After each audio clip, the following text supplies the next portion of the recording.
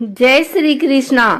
आज मंगलवार के दिन आइए सुनते हैं हनुमान जी और मंगल देव की यह कथा। कुंडलपुर नामक एक नगर था।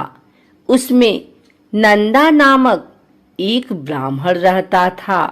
भगवान की कृपा से उसके पास सब कुछ था, फिर भी वह दुखी था।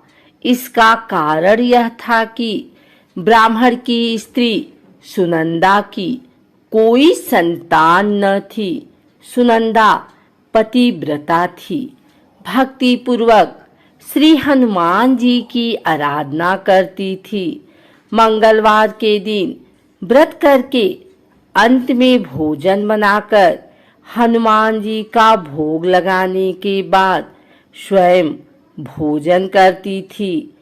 एक बार मंगलवार के दिन ब्राह्मणी गृह कार्य की अधिकता के कारण हनुमान जी को भोग न लगा सकी, तो इस पर उसे बहुत दुख हुआ। उसने कुछ भी नहीं खाया और अपने मन में प्रण किया कि अब तो अगले मंगलवार को ही हनुमान जी को भोग लगाकर अंजल ग्रहण करूंगी। ब्राह्मणी सुनंदा प्रतिदिन भोजन बनाती, श्रद्धा पूर्वक पति को खिलाती, परंतु स्वयं भोजन नहीं करती और मन ही मन श्री हनुमान जी की आराधना करती थी। इसी प्रकार 6 दिन गुजर गए और ब्राह्मणी सुनंदा अपने निश्चय के अनुसार भूखी प्यासी निराहार रही। अगले मंगलवार को ब्राह्मणी सुनंदा प्रातःकाल ही बेहोश होकर गिर पड़ी। ब्राह्मणी सुनंदा की इस असीम भक्ति के प्रभाव से श्री हनुमान जी बहुत प्रसन्न हुए और प्रकट होकर बोले, सुनंदा, मैं तेरी भक्ति से बहुत प्रसन्न हूँ, तू उठ और वर मांग। सुनंदा अपने आराध्य देव श्री हनुमान जी को देखकर आनंद की अधिकता से विह्वल हो श्री हनुमान जी के चरणों में गिरकर बोली, हे प्रभु, मेरी कोई संतान नहीं है, कृपा करके मुझे संतान प्राप्ति का आशीर्वाद दे। आपकी अति कृपा होगी। श्री महावीर जी बोले, तेरी इच्छा पूर्ण होगी। तेरी एक कन्या पैदा होगी, उसके अष्टांग प्रतिदिन सोना दिया करेंगे। इस प्रकार कहकर श्री महावीर जी अंतर ध्यान हो गए। ब्राह्मणी सुनंदा बहुत हर्षित हुई और सभी समाचार अपने पति से कहा। ब्राह्मण देव कन्या का वरदान सुनकर कुछ दुखी हुए, परंतु सोना मिलने की बात सुनी तो बहुत प्रसन्न हुए। विचार किया कि ऐसी कन्या के साथ मेरी निर्धनता भी समाप्त हो जाएगी। श्री हनुमान जी की कृपा से वह ब्राह्मणी गर्भवती हुई और 10वें महीने में उसे बहुत ही सुंदर पुत्री प्राप्त हुई। यह बच्ची अपने पिता के घर में ठीक उसी तरह से बढ़ने लगी जिस प्रकार शुक्ल पक्ष का चंद्रमा बढ़ता है। 10वें दिन ब्राह्मण ने उस बालिका का नामकरण संस्कार कराया। उसके कुल पुरोहित ने उस बालिका का नाम रत्नावली रखा, क्योंकि यह कन्या सोना प्रदान किया करती थी। इस कन्या ने पूर्व जन्म में बड़े ही विधान से मंगल देव का व्रत किया था। रत्नावली का अष्टांग बहुत सा सोना देता था। उस सोने से नंदा ब्राह्मण बहुत ही धनवान हो गया।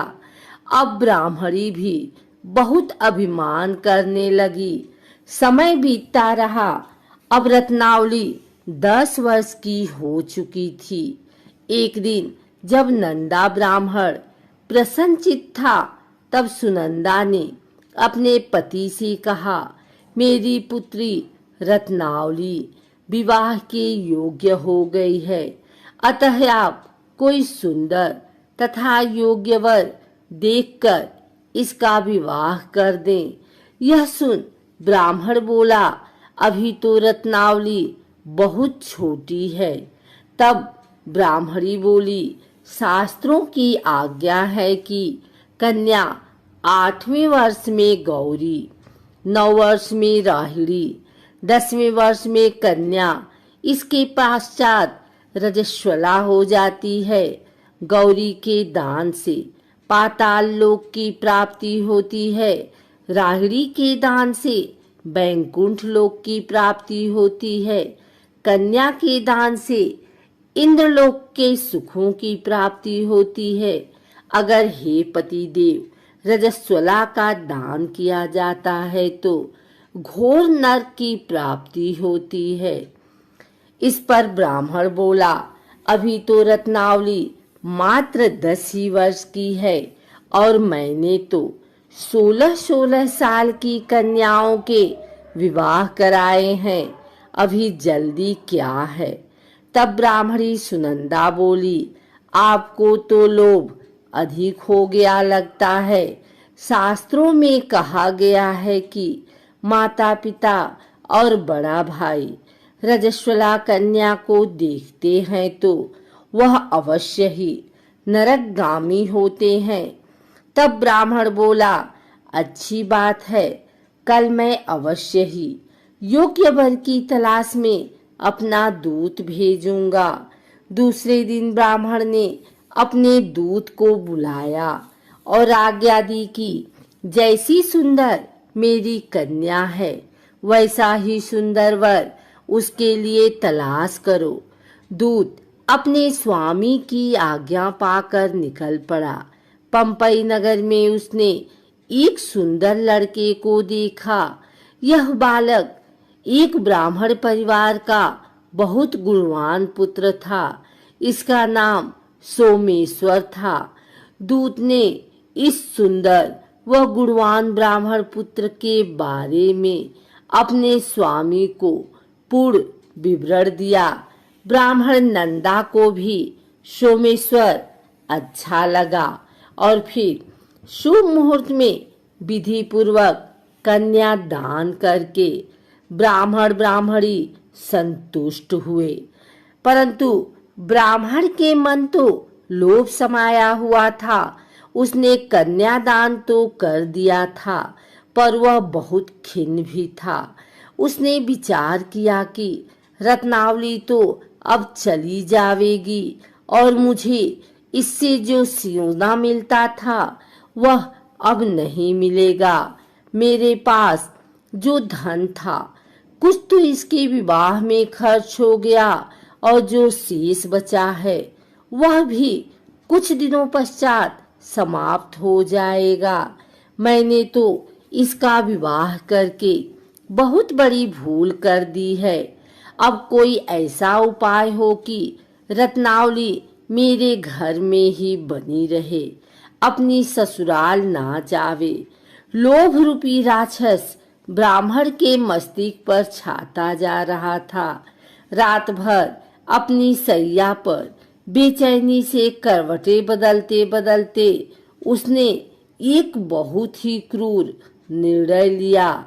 उसने विचार किया कि अब रत्नावली को लेकर उसका पति सोमेश्वर अपने घर के लिए जाएगा तो वह मार्ग में छिपकर सोमेश्वर का वध कर देगा और अपनी लड़की को अपने घर ले आवेगा, जिससे नियमित रूप से उसे सोना भी मिलता रहेगा और समाज का कोई मनुष्य उसे दोष भी नहीं देगा। प्रातः काल हुआ तो नंदा और सुनंदा ने अपने जमाई तथा लड़की को बहुत सारा धन देकर विदा किया। सोमेश्वर अपनी पत्नी रत्नावली को लेकर ससुराल से अपने घर की तरफ चल दिया। ब्राह्मण सुनंदा महालोभ के वशीभूत हो अपनी मति खो चुका था। पाप पुण्य को उसे विचार न रहा। अपने भयानक व क्रूर निर्णय को कार्य रूप देने के लिए उसने अपने दूत को मार्ग में अपने जमाई का वध करने के लिए भेज दिया था, ताकि रत्नावली से प्राप्त होने वाला सोना उसे हमेशा मिलता रहे और वो कभी निर्धन न हो। ब्राह्मण के दूत ने अपने स्वामी की आज्ञा का पालन करते हुए उसके जमाई सोमेश्वर का मार्ग में ही वध कर दिया। समाचार प्राप्त कर ब्राह्मण नंदा मार्ग में पहुंचा और रुदन करती अपनी पुत्री रत्नावली से बोला, हे पुत्री, मार्ग में लुटेरों ने तेरे पति का वध कर दिया है। भगवान की इच्छा के आगे किसी का कोई वश नहीं चलता है। अब तू घर चल, वहां पर ही रहकर शेष जीवन व्यतीत करना। जो भाग्य में लिखा है वही होगा। अपने पति की अकाल मृत्यु से रत्नावली बहुत दुखी हुई। करुण क्रंदन व रुदन करते हुए अपने पिता से बोली, हे पिताजी, इस संसार में जिस स्त्री का पति नहीं है उसका जीना व्यर्थ है। मैं अपने पति के साथ ही अपने शरीर को जला दूंगी और सती होकर अपने इस जन्म को, माता पिता के नाम को तथा सास ससुर के यश को सार्थक करूंगी। ब्राह्मण नंदा अपनी पुत्री रत्नावली के वचनों को सुनकर बहुत दुखी हुआ। विचार करने लगा, मैंने व्यर्थ ही जमाई वध का पाप अपने सिर लिया। रत्नावली तो उसके पीछे अपने प्राण तक देने को तैयार है। मेरा तो दोनों तरफ से मरण हो गया। धन तो अब मिलेगा नहीं। जमाई वध के पाप के फलस्वरूप यम यातना भी भुगतनी पड़ेगी। यह सोचकर वह बहुत खिन्न हुआ। सोमेश्वर की चिता बनाई गई। रत्नावली सती होने की इच्छा से अपने पति का सिर अपनी गोदी में रखकर चिता में बैठ गई। जैसे ही सोमेश्वर की चिता को अग्नि लगाई गई, वैसे ही प्रसन्न हो मंगलदेव वहां प्रकट हुए और बोले, हे रत्नावली, मैं तेरी पति भक्ति से बहुत प्रसन्न हूँ, तू वर मांग। रत्नावली ने अपने पति का जीवन दान मांगा।